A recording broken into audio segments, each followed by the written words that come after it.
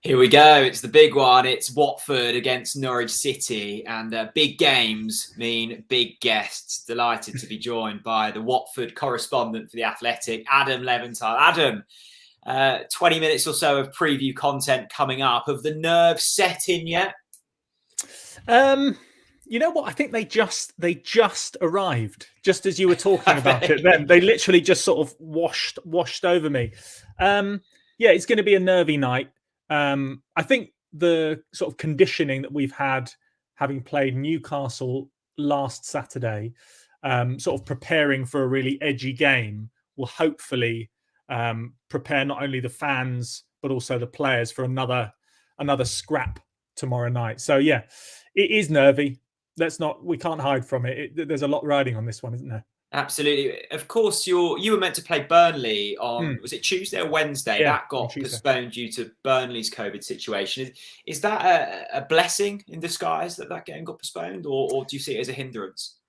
I guess we'll only know when we see how they turn up tomorrow night. But I think my gut feeling is it's probably advantageous because it gives the new signings that Watford have brought in an extra week to bed in, and also for any tired legs to recover a little bit better. There was part of me that thought, in that sort of siege mentality way of having Newcastle, Burnley and Norwich within the space of 6 days, that they would want to almost carry that momentum, having scored late against Newcastle, straight into the game at Burnley on Tuesday. And I think we probably would have beaten Burnley on Tuesday.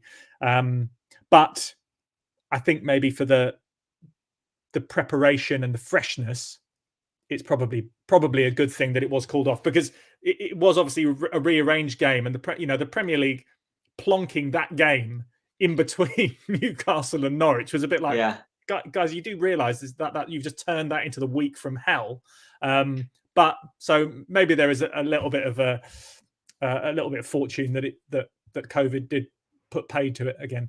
It's likely that a lot of Norwich fans may only watch Watford a couple of times a season, and that's when they play Norwich City. Now, hang on, we're the great entertainers. Why are they not watching us every week? Well, one, we don't watch Match of the Day because we've been losing every week, so that's a big point. But you and also you rocked up to Vicarage Road earlier in the season and taught us a lesson in Premier League football. So you're not in our sort of Christmas card list at the moment. No. What's changed since that point? It's always busy at Watford, but it feels a particularly chaotic season for you, even by your standards. I don't know. I think I'll push back on that a little bit, because it's not quite as chaotic as it has been. We've had more chaos than this. I sort of look back to the 2019-20 season, and we were into our third head coach by that point. That is true. We've only had 2 this season, and Claudio Ranieri, despite the fact that they have lost, they lost 6 games in a row, similar to your run prior to Everton. We lost 6 games in a row prior to the draw against Newcastle.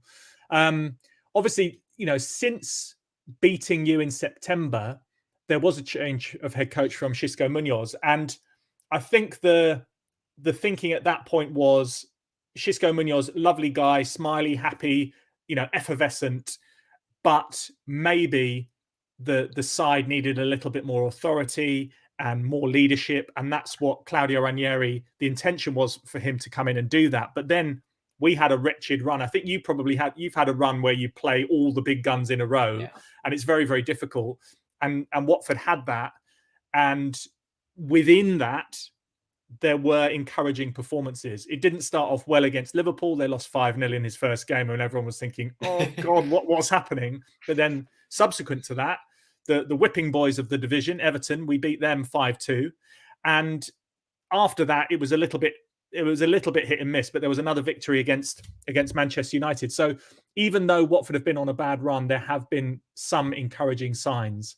So yeah, it's not all doom and gloom, and it's not sort of, it doesn't feel like it doesn't feel quite as chaotic as maybe people from the outside think, or maybe it might appear due to the results, if that makes sense. Yeah, and I assume by that you mean you score a lot of goals. You also concede a lot of goals. Has there been any type of improvement in terms of your defensive displays under Ranieri?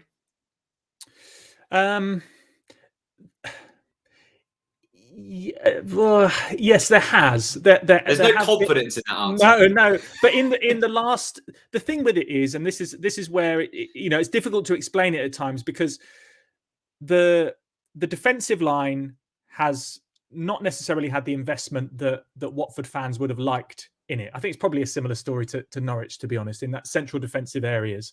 And they brought in Nicholas Nkulu from Italy, experienced Cameroon international, and he came in and he made a real big difference in 3 games, and then he got injured. So then they had to wait until the January transfer window to bring in more reinforcements, and that was very much needed. And the game against Newcastle saw the 3 new signings. I'm sure we'll talk about them more, but they've now started to sort of look a little bit more solid. They played against Tottenham on New Year's Day. They played quite a defensive shape. The two midfielders, the two number 8s were tucking in by the right back and the left back. So they were very, very solid, and they only lost in the last minute.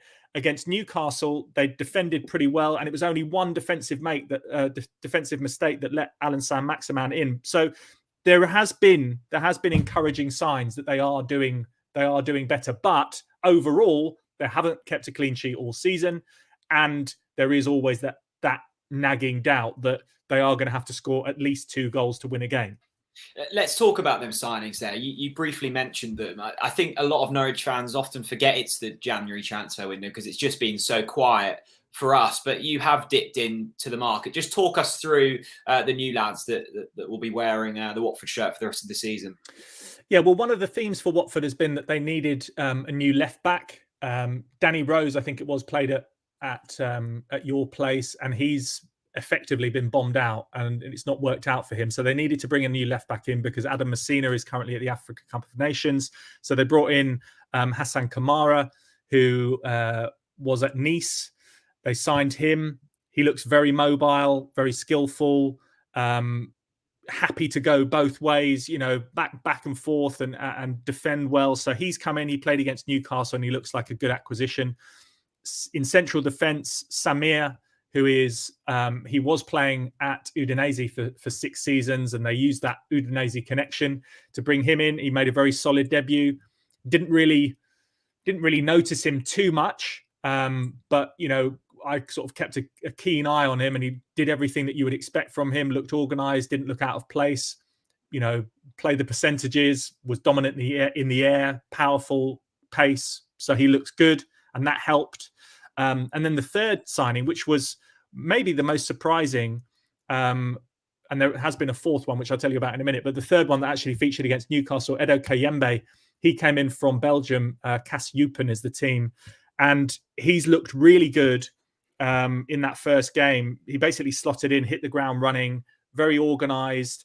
He played as a number 6, so sort of more withdrawn midfield role, just popping the ball around, look comfortable, bringing it forward, playing balls in behind as well. So, and breaking play as well. So he was a really good acquisition too. And then they're in the process of confirming. I don't know if it's been confirmed whilst we've started, but they've also brought in an extra attacking player, Samuel Kalou from where did they sign him? From Bordeaux, and he is going to be an extra attacking element. I don't think he's not going to be in the squad for the game against Norwich. I don't think they've actually announced it yet. I don't think they have. But he's not going to be involved. But they've also strengthened with another attacking element to the side, which will help down the line, beyond this Norwich game. So they have strengthened. They've done what the fans have wanted. Which is that in contrast to your boys?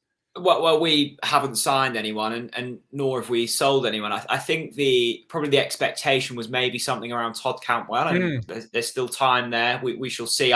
He's travelled to Watford, so whether he he makes the starting 11 is another question. When I saw the fixture list and saw that we were playing Watford during the African Cup of Nations, I assumed that would make a big impact. And I was talking to Chris in the lead up to this preview saying, have you got questions down about the African Cup of Nations? And I was reading your articles on The Athletic. What's going on with your kind of African players? And because some haven't travelled, am I right in saying that? Yeah, that's right. There are 3 that have gone. Imran Louza and Adam Messina have gone with Morocco, and William Troost-Ekong has gone with Nigeria. And then Ismail Assar would have gone, but he picked up a knee ligament injury, and there is still a hope from his point of view and an acceptance from the club that if he does recover for the latter stages, then he will be able to go. Emmanuel Dennis was initially called up, and then there was a bit of a hoo-ha over whether he was called up in time, and he was then excused from going, which was a real bonus, because if Watford had, obviously lost Ismail Assar, which they have anyway, but due to injury, but also lost Emmanuel Dennis, who's scored 8 goals this season, that would have been a real blow. But he's now here, and it's not been as disruptive as they would have feared, really. So it's not been too much of a hindrance. Absolutely. Let's get some comments. Our good friend Simon Thomas, 2 broadcasting titans, Reeve Levers, chewing the pre-Friday night football fat. Good to have you along, Simon. I hope you're well. This game, of course, on the television tomorrow, Adam, it makes it feel slightly bigger, doesn't it? Friday, people will be watching. I'm not going to say is it make or break for Watford, but it certainly feels in the Norwich camp that if we were to lose this game, that could be a kind of a big hindrance going forwards. What's the feeling like in the Watford camp? I think they're looking at this and they know that they have to win, and they should win. That's basically the long and short of it, really. I think they will have taken notice of the fact that you picked up what looked like actually a hard-fought victory over Everton, and obviously the narrative around that is, they've beaten Everton, who were in disarray, and Rafa Benitez has gone, so you don't sort of look too much into it. But by all accounts, what Michael Bailey was saying, that you played well and you deserved the victory, and you also had to show resilience when they came back into it. So from Watford's point of view, they looked at this week in its entirety with the 3 games, thinking, if you can avoid defeat in all of them, then that would be positive. But you need to pick up at least 1 win. Obviously, the Burnley game went, so now it's all on Norwich at home, and to try and pick up that victory. Because if they can, I think the gap in terms of games, you've played 21, Watford have played 19. That would be a 4-point gap to you with still 2 games in hand. And it also opens up a gap on Newcastle, who are away at Leeds, and Burnley, who are away at Arsenal. So, the gap could be, 17? It would be 4 to Norwich, simple maths, 5 to Newcastle, and 6 to Burnley. Quick maths. So, I think for both sides, they're thinking this is an opportunity. We've been playing difficult sides and we've not been winning. Watford will just simply be looking at this and going, right, this is a big chance. Friday night at home. They haven't played at home for a while, under the lights at Vicarage Road, which always adds an extra atmosphere. And they will think, well, we've got enough to beat Norwich. We beat them away. We can beat them at home, and we're probably a stronger side than we were then. Norwich have scored 10 goals this season, which is a pitiful kind of return. And comparing that to Watford and many other kind of teams in and around there, it's a poor return. Despite that, we scored 2 in our last game out. How did Norwich hurt Watford? I think that's the key thing that Dean Smith will hopefully be on top of, and will be well aware of the weaknesses. But for those that maybe haven't watched Watford week in, week out, what can we expect, and where do the weaknesses lie? It's difficult at the moment because they are sort of transitioning into a slightly more organised, better defensive side. But I would say that, trying to get Craig Cathcart turning, who's maybe the weaker element of the central defensive partnership, which actually, just thinking about it, that's how your goal came against Watford. I can't remember who played the ball in. Was it Norman? It was Norman into Pukki, so Norman into Pukki. So there was just a little bit of uncertainty. And I think that there is always that chance that if you can get him turning, playing the ball in quick. I mean, I look back at Norwich, last season and the season before as well, when we played you in the Premier League. Just those little balls in that Buendia could just pop in behind and Pukki was there. That brought Pukki to life, didn't it? So if there can be some more of that, I would have thought just for the rest of your season anyway, then that would obviously help your cause. And there's, I think in terms of the two fullbacks that Watford have, they're very, very good going forward. Maybe I'm sort of being unfair with Kamara because we've seen him once against Newcastle and he did do well going the other way as well. Kiko Femenia is lightning quick down the right-hand side, but he's not as good in the other direction. So perhaps down, the Norwich left, then there might be some joy if you can get the ball in and around Kiko Femenia, and a few overloads here and there. Then maybe that might be an opportunity for you. But I hope you absolutely balls it up at every turn, to be honest.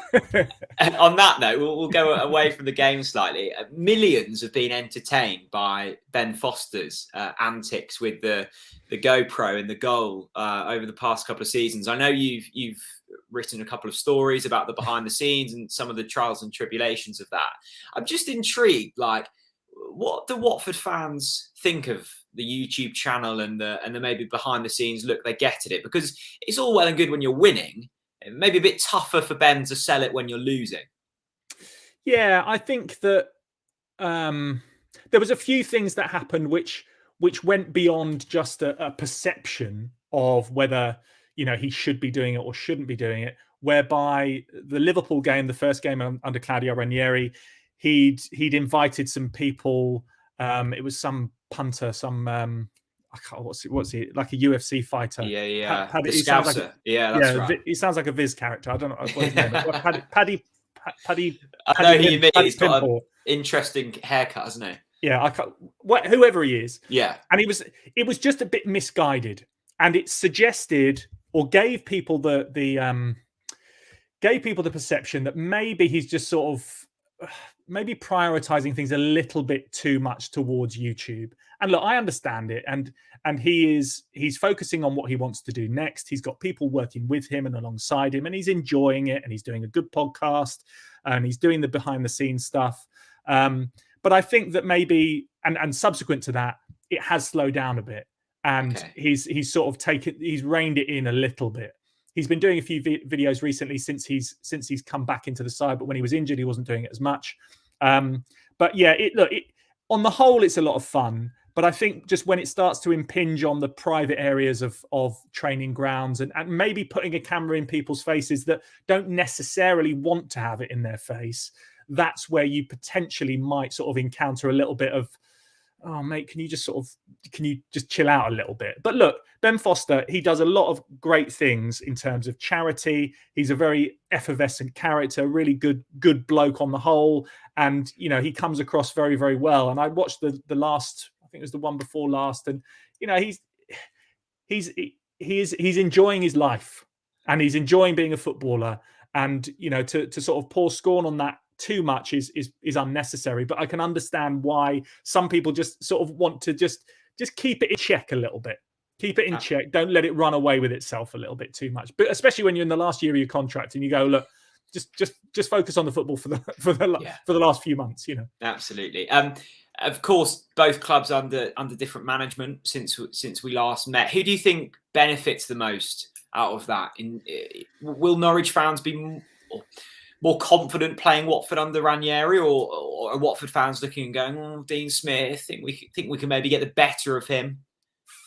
Yeah, I think I always thought that Daniel Farke turned out really, really good footballing sides, and you played well. I thought I was interested watching you against Watford in September, and I just thought I thought I was surprised that you hadn't bought some meaty Premier League experience, you looked a little bit, championshipy, and I thought that's where you're lacking.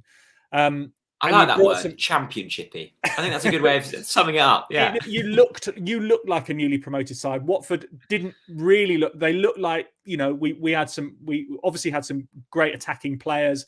Still the fragility at that point at the back, and that has remained. But you know, the likes of Musa Sissoko coming in, Juraj Kucka, big lads in the midfield, and you know, a bit of meat in there. So in terms of the, you know, who's benefiting and is it better to play a Ranieri Watford? I think Watford are a better proposition under Claudio Ranieri than they were under Xisco Munoz. There's a little bit more depth to it. They look good going forward. And yeah, but look, Dean Smith has got you playing a more... He's been pragmatic and gone, look, stop messing around with it. Just get it forward. Get it forward. Be more direct. Try and ask more questions of opposition. It's like old school Graham Taylor football. It's like, come on, get the ball forward. We're not going to score a goal in our own half, so let's try and, you know, speculate to accumulate. And that's what happened with, you know, those Everton goals. Get forward. It was Williams bombing forward down the left, and what's Ida in there, sort of gambling, proper striker's goal. You know, you've got to get stuck in if you're going to fight. And amazingly, you know, no one's cut adrift at the bottom. It's really tight there. It's remarkable. So everyone's been losing games, and it means that it's turned it into a little mini league. And that's what really ramps up the pressure on this game, because you sort of feel like Watford and Norwich aren't going to win the amount of games that they would like to win, which is usually over the course of the season to stay up, you want to win at least sort of 10, 11 games. Yeah. What? You've won 3, Watford have won 4. There's a long way to go. So, yeah, you've got to pick up a win in this one. Adam, what I can't work out is, looking at Watford's form, how you've remained so jolly. I thought I'd get a more sort of downtrodden Adam Leventhal tonight, but you seem quite jubilant with things. Well, we drew at the weekend, which in itself is just quite a nice thing to do when you only either win well and win big. So we beat Everton 5-2, beat Man United 4-1, beat Aston Villa on the opening day, and then beat your boys 3-1. So you remember them vividly. That there aren't that many, you know. But I enjoy watching some of the Watford players at the moment. I'm enthused to see, you know, Emmanuel Dennis, box of tricks. Really exciting. I'm sure he will go in the summer and he will go to a bigger and better club. Joao Pedro, for example, he's a kid still, but he is aggressive. He's got a leap on him, as we saw against Newcastle. He's got all the tricks. He's comfortable on the ball, and it's a joy to watch him. Joshua King, speedy, likes to hold the ball up, loves to get forward. And then in midfield, you've got Sissoko as the sort of the midfield general, loves to carry the ball forward. Can't shoot for anything. And then there's some other exciting players. You know, then there's new players. So you're enthused to see these new players coming in. And you go, well, yeah, okay. Trying to sort of hold your nerve a little bit. And that's what Watford have done with Ranieri. Oh, you know, we've lost I think his run was 9 defeats out of 11. And you go, well, usually for a Watford manager, that is, you know, tin tack, see you later. But He's stuck around. They've held their nerve. They've gone, no, come on, incremental improvements, slightly here. Yeah, there's been a few doubts here and there, but come on, let's just hold our nerve. Come into these games. We've got a point. We need to get 3 more against your boys. Sorry, I mean, we're both thinking the same thing, aren't we? Really? Yeah, I'm just surprised that you're not more. I'm trying to grind you down here. This is you are. Totally it's not happening. I'm just surprised that you're not more concerned that these apparent performances have not translated into results. I know you got the draw against Newcastle, but you look over the last sort of 10, 11 games, the return of points has been poor. Are you not worried that will continue? There's always the fear that it will, but the reason they've brought in the new players is to plug the gaps to make the side better. And in the performance against Newcastle, they were better because they plugged those gaps. But also they knew up until that point that they have been in games and they've been able to score goals, which is the most difficult thing. So, and also the run of games, I think they played all of the top 7 in those 11 games. So you don't really budget for points in those games. And yes, there were slips against Brentford and against Southampton, two sides that you've beaten this season, and they weren't great against West Ham, but that was after 17 days off with COVID, so there was mitigation. Tottenham, they lost in the last minute, which was absolute, it was a shitter, which was, that would have been the first clean sheet of the season, and then they only conceded one against Newcastle. So they're not far away. They are not far away from being competitive in every game. So, for example, against Manchester City, they only lost 3-1. Watford's record against Manchester City prior to that was basically, they in the last 4 games they'd scored 78 goals and Watford had scored none, basically. And against Chelsea, they were very close to beating Chelsea, and they beat Manchester United. They were close against Arsenal. They were competitive against Leicester. So there were signs that they can mix it. They can mix it with bigger and better sides. So, but what they have to do now, they have to get points against, they've got a point against Newcastle away, which is tough in a game that they were building up to, this is the start of our season, but they weren't really up to much. And now against Norwich, again, a big, big game, but they have to be focused. They have to be on it. I was really hoping I'd jump on here this evening and speak to you and feel confident going into tomorrow's game. But you've taken all of that out of me. I'm sorry. With that being said, give me a score prediction then. Let's cut to the chase here, because you sound optimistic, and that worries me. So you've played 21 games and you conceded 45 goals, right? You didn't need to repeat that. No, I know. I think, don't go into the goals scored column either. No, yeah, it's unfair. Sorry, I do apologise. Well, look, if we're talking about omens, there's 2 ways of looking at Watford's record against Norwich. Watford have won the last 5 games, and runs do come to an end. So maybe this is your time, and maybe you might get a result, and maybe you might be able to carry in some momentum from that, heartening victory against Everton. However, I think that Watford will look at this game, have the ability to hurt Norwich. I think they will score. I think Watford will score 2. Okay. And I would love to think Watford would keep a clean sheet against Norwich. But I think maybe the nerves might get the better of them. I'm going for a 2-1 win to Watford. Okay, not as bad as I thought that may be. Adam, thanks so much for coming on. Where can people find you if they don't already know about you? At my house. Yeah, whereabouts? No. On social media, I'm what I am there. I think. Yeah, Adam Leventhal right, yeah. On Twitter. I'm Adam Leventhal on Instagram, and I'm on The Athletic. Check me out on there, and if you see me around, come say hello. Absolutely. And enjoy. Adam, look, I hope the game is good. And to all the Norwich fans, look, I think we mentioned at the beginning, I've got a soft spot for Norwich because of the link with the Tales from the City books and all that sort of stuff. And speaking to you boys, I hope at some point after today you get back to your Zombie Nation feel good factor. It doesn't necessarily have to be back in the Championship where you enjoy yourself a lot more than you do in the Premier League. But I hope things go well because it's a good club and good people attached to it. So good luck for the rest of the season after Friday. That's very kind. Pleasure to speak to you as always, Adam. I'm sure the battle will be a good one tomorrow night. Nice one. Take care.